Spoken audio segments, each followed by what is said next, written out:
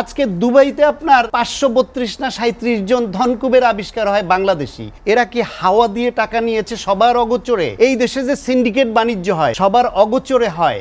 এক বিন্দু তদন্ত করে একটা ক্লু বের করেছে যে হ্যাঁ আজিজ এই অপরাধটা বা এই দুর্নীতিটা বা এই অন্যায়টা করেছে? করে নাই। এখন তাকে কেন পররাষ্ট্রমন্ত্রীকে বলতে হচ্ছে যে সে অবসরপ্রাপ্ত হইল, সেনা আইনে তার বিচার হইতে পারে, সেনাবাহিনী ব্যবস্থা নিবে, আর বেনজিরের ব্যাপারে কোনো ছাড় দেওয়া হবে না? এ কথাটা এখন কেন বলছে? ডাক্তার স্বাগত হোসেন সায়ন্ত, আমরা আবার আলোচনায় ফিরতে চাই। আপনি চারদিকে ঝড়ের কথা বলছিলেন যে যা দেখা যাচ্ছে সেটি আসলে টপ অফ দ্য আইস, যেটি আর কি উপরে দেখায়। আসলে এর বাইরে আর কি আছে যেটা? শোনেন, এই মিডিয়ায়, আপনি মিডিয়ায় দীর্ঘদিন ধরে আছেন, সব খবর রাখেন, আপনি সব জানেন, হয়তো আমাকে দিয়ে বলাতে চান। এর বাইরে কি আছে দেখেন। এই যে বলছে, উনি বললেন যে আজিজের বিরুদ্ধে প্রমাণ না পাইলে বা তথ্য না পাইলে আগে কিভাবে ব্যবস্থা নেয়। আল জাজিরার রিপোর্টটা প্রকাশ করছে কয় বছর আগে? 2 বছরের বেশি হয়ে গেছে না? 2 বছর আগে আল জাজিরা যে তথ্য প্রমাণ সহ all the prime minister man যে ডকুমেন্টারি রিপোর্ট প্রকাশ করলো, অনুসন্ধানী রিপোর্ট, যদি আপনি মনে করেন ওর মধ্যে কিছু অতিরঞ্জিত আছে, কিছু বাড়ানো আছে, কিছু ভুল তথ্য আছে, সেটা আপনি ফাইন্ড আউট করেন। যেটুকু সত্যতা আছে সেটা ধরে আপনি তদন্ত করেন। 2 বছরের সরকার এক বিন্দু তদন্ত করে একটা ক্লু বের করেছে যে হ্যাঁ আজিজ এই অপরাধটা বা এই দুর্নীতিটা বা এই অন্যায়টা করেছে? করে নাই। এখন তাকে কেন পররাষ্ট্রমন্ত্রীকে বলতে হচ্ছে যে সে অবসরপ্রাপ্ত হইল, সেনা আইনে তার বিচার হইতে পারে, সেনাবাহিনী ব্যবস্থা নিবে, আর বেনজিরের ব্যাপারে কোনো ছাড় দেওয়া হবে না? এ কথাটা এখন কেন বলছে? মানুষ অনেকেই বলছে আন্তর্জাতিক সংবাদ মাধ্যমের এই যে তথ্য প্রকাশ এবং বিদেশি শক্তিশালী দেশের চাপের মুখে সরকার বাধ্য হচ্ছে এদের ব্যাপারে এখন ব্যবস্থা নিতে। কারণ এরা তো সরকারের অগোচরে এটা করে নাই, এটা তো ভাইস ভার্সা, লেনা দেনা। সরকার অনৈতিকভাবে ক্ষমতায় সরকারকে বসাতে এরা সাহায্য করেছে, সেই সুযোগ নিয়ে সরকারের লোকজন তাদের পোষ্যরা দুর্নীতি টাকা পাচার করে দেশটাকে ধ্বংসের মুখে নিয়ে গেছে। আজকে দুবাইতে আপনার 532 না 37 জন ধনকুবের আবিষ্কার হয় বাংলাদেশি। এরা কি হাওয়া দিয়ে টাকা নিয়েছে সবার অগোচরে? এই দেশে যে সিন্ডিকেট বাণিজ্য হয় সবার অগোচরে হয়। এই দেশে যে এই যে বড় বড় আজকে এই 2 জনকে ধরেছেন, আপনি কি মনে করেন এই 2 জন আপনি ধরে ধরে চেনা জানার মধ্যে দেখছি তো ভাই, খাদ্য গুদামের একজন নাইট গার্ডের ছেলে, তার ছেলে শিক্ষিত হয়েছে, আমরা এটাকে অ্যাপ্রিসিয়েট করি। কোথায় সে মানবিক হবে, মানুষের প্রতি দরদ থাকবে, সে বড় পদ পেয়ে হয় চোর ডাকাত, কোটি কোটি টাকার সম্পদ বানিয়ে ফেলে কয়েক বছরের মধ্যে। কোথায় পায়? সাধারণ ঘরের খেয়ে পরে বাঁচতে পারতো না, এইরকম অবস্থা, অন্যের চেয়ে চিনতে খেত। রিক্সা গ্যারেজের শ্রমিক ছিল বাবা, জানাশোনার মধ্যে বলছি। ছেলে ছাত্রলীগ করে, কয়েক বছরের মধ্যে তাদের আনুকূল্য পেয়ে বিল্ডিংয়ের মালিক হয়ে যায়, গাড়ির মালিক হয়ে যায়। আর আমরা চিকিৎসা পেশায় যুক্ত হয়ে বিশ্ববিদ্যালয়ের শিক্ষক হয়ে বিদেশে চিকিৎসার হেলথ চেক আপে যাওয়ার সাহস করি না।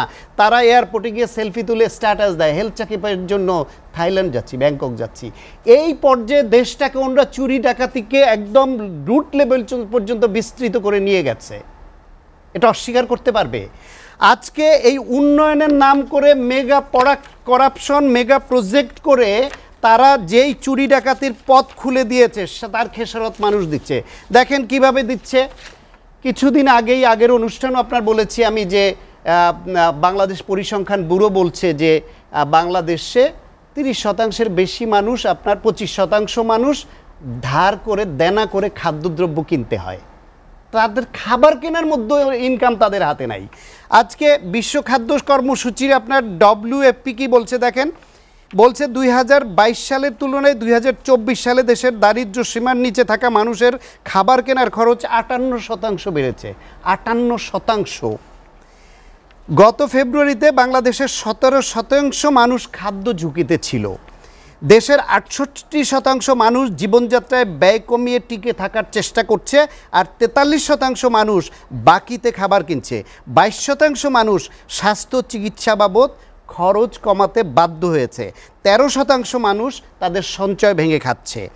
দেউলিয়া অবস্থা থেকে ঘুরে দাঁড়ায়া 70 ছিল মুদ্রাস্ফীতি, আপনার মূল্যস্ফীতি শ্রীলঙ্কায়, সেই শ্রীলঙ্কার 70 থেকে 6 নামাতে পেরেছে। ভারতেও আপনার মূল্যস্ফীতি 5-এ রাখতে পেরেছে। আর এই দেশের এই মাফিয়াতন্ত্র, লুটেরাতন্ত্র কায়েমকারীরা, গণতন্ত্র হত্যাকারীরা, টাকা পাচারকারীরা শুধু তাদের গুটি কয়েক পোষ্য এবং তাদের গুটি কয়েক লোকের স্বার্থ দেখেছে, তারা ধনী হয়েছে। তারা হেলথ চেক আপের জন্য যখন তখন বিদেশ যেতে পারে, তারা চুরি করে ডাকাতি করে আবার হজম করে ফেলতে পারে, আর দেশের জনগণকে এই রকম বিপদের মধ্যে ফেলেছে। 3 বছর আগেও আমার দেশের মানুষের বৈদেশিক এবং আভ্যন্তরীণ মিলে মাথাপিছু ঋণ ছিল 1 লাখ টাকা। 3 বছরের মাথায় আজকে সে মাথাপিছু 1.5 লাখ টাকা হয়ে গেল। কি করলো? স্বাধীনতার পরে 50 বছরে 1 লাখ টাকা হতে লাগলো। এটা Debapriya Bhattacharya very logically he has raised this question, যে এইভাবে উনি রেইজড করেছেন এই কোশ্চেনটা, যে 50 বছরে মাথাপিছু ঋণ যদি আমার 1 লাখ পর্যন্ত আসতে পারে, ধরলাম অনেক কিছু, এতে 3 বছরে কি ঘটলো যে আপনি মাথাপিছু 50,000 টাকা ঋণ বাড়িয়ে দিলেন? এদেশে প্রত্যেক মানুষকে আপনি ধার করে ঘি খাওয়ার মতো করে আপনি টাকা এনে সেই টাকা প্রকল্পের নামে চুরি করছেন, ক্যাপাসিটির চার্জের নামে চোরদের ঘরে দিচ্ছেন, সেই টাকা বিদেশে পাচার হচ্ছে। আমার দেশের সামিট গ্রুপ, আজিজ খান এমপি তার ভাই, সে সিঙ্গাপুরে শীর্ষ ধনীদের একজন হয়।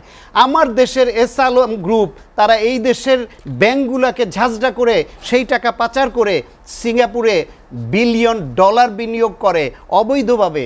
বৈধ পথে এই টাকা নিয়েছে সেটা তো সরকার বলছে না, সেটা নিয়ে আবার নাকি তদন্ত করা যাবে না। সংবাদ মাধ্যমে এত রিপোর্ট আসছে।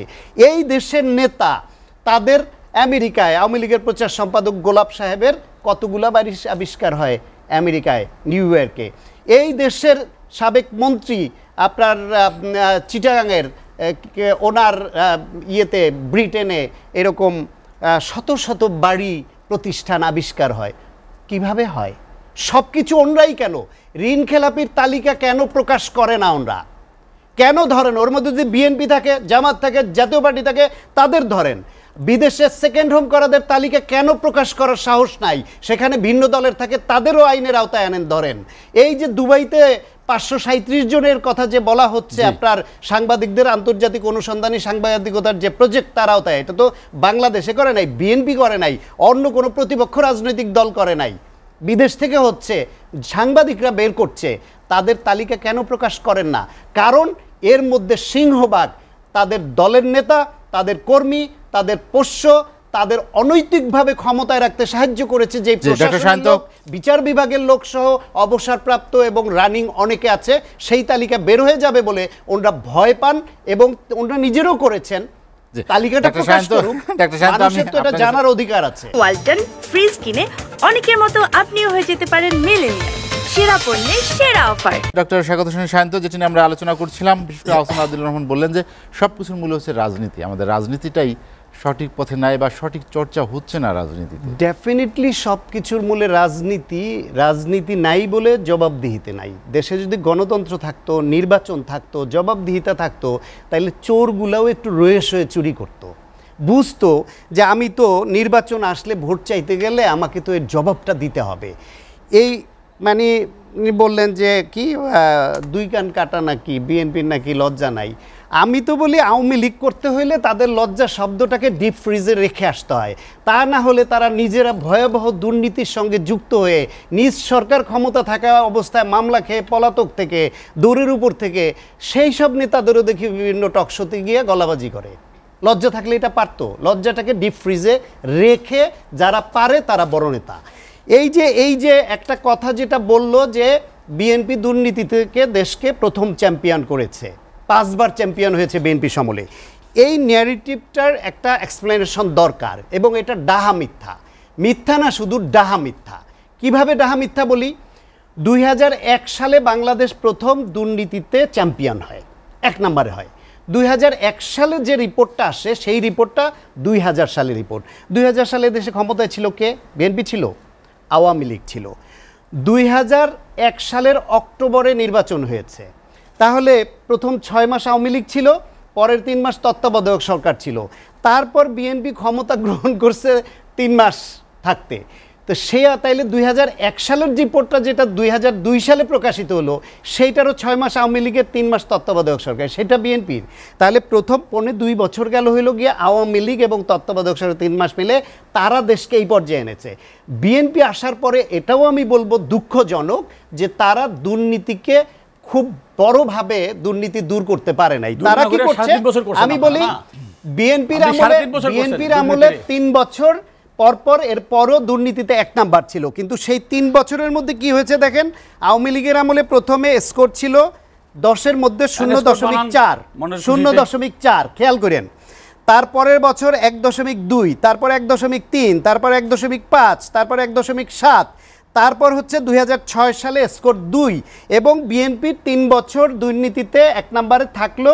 শেষের দিকে এসে সে এইখান থেকে দুর্নীতিকে 1 নাম্বার থেকে তারা বের করে এনে তারা তৃতীয় অবস্থানে আনতে পেরেছিল, 3 নম্বরে ছিল। তাহলে বিএনপির সময় দুর্নীতি কমেছে, স্কোরে উন্নতি হয়েছে এবং 3 বছর তাদের সময় দুর্নীতিতে 1 নম্বরে ছিল, এই দায় তাদের নিতে হবে, এর জবাবদিহিতে তারা করবে। কিন্তু তার মানে এই না যে আপনি অ্যাভারেজ বলে দিবেন যে 5 বছর বিএনপির আমলে দুর্নীতিতে চ্যাম্পিয়ন ছিল, আওয়ামী লীগের আমলে বাংলাদেশকে প্রথমেই কলঙ্ক তিলকটা লেপন করেছে আওয়ামী লীগ তাদের দুর্নীতিবাজ দিয়ে 2000 সালে, 2001-এ যে রিপোর্ট। এই ভুল ব্যাখ্যাটা আওয়ামী লীগের নেতারা যারা আসেন তাদের নেতাদের একদম গলাবাজির মূল মন্ত্র হচ্ছে বিএনপির বিরুদ্ধে এই গদবাদা কথা বলা। এই ন্যারেটিভটা চেঞ্জ করতে হবে। এই মিথ্যা যে যেখানে বলবে, এই মিথ্যাটা হ্যাঁ হ্যাঁ আমি আমি তো বললাম বিএনপি সেটার দায় বিএনপি নিতে হবে, আমি তো বললাম সেটার দায় বিএনপি নিতে হবে, কিন্তু ওই যে ভুল তথ্যটা আপনারা দেন, আরে ভাই ওই ভুল তথ্যটা দেন, সেটার জন্য ভুল স্বীকার করতে হবে, ক্ষমা চাইতে হবে যে এটা আমি ভুল বলেছি। আপনাদের তো ওটুকু দায়িত্ববোধ এবং লজ্জা শরম নাই যে আমি যে একটা ভুল তথ্য দিয়া প্রতিপক্ষকে গালি দিয়ে আমি ক্ষমা চাই যে না 5 বার বিএনপি হয় নাই, আওয়ামী লীগই শুরু করেছিল, সেই কথাটা অন্তত বলেন। এইভাবে নিজের গায়ের জোরে জামায়াতের সঙ্গে আওয়ামী লীগের সম্পর্ককে হাইড করে নিয়ে একতরফা বিএনপির উপর চালায়। সন্ত্রাস, গাড়ি পোড়ানো, জানমালের হত্যা নিজেরা করে দায় বিএনপির উপর চালায়। প্রত্যেকটা ক্ষেত্রে মিথ্যাই হচ্ছে তাদের একমাত্র সম্বল। শেষ করতে চাই। আপনাকে অসংখ্য ধন্যবাদ আলোচনায় যোগ দেওয়ার জন্য।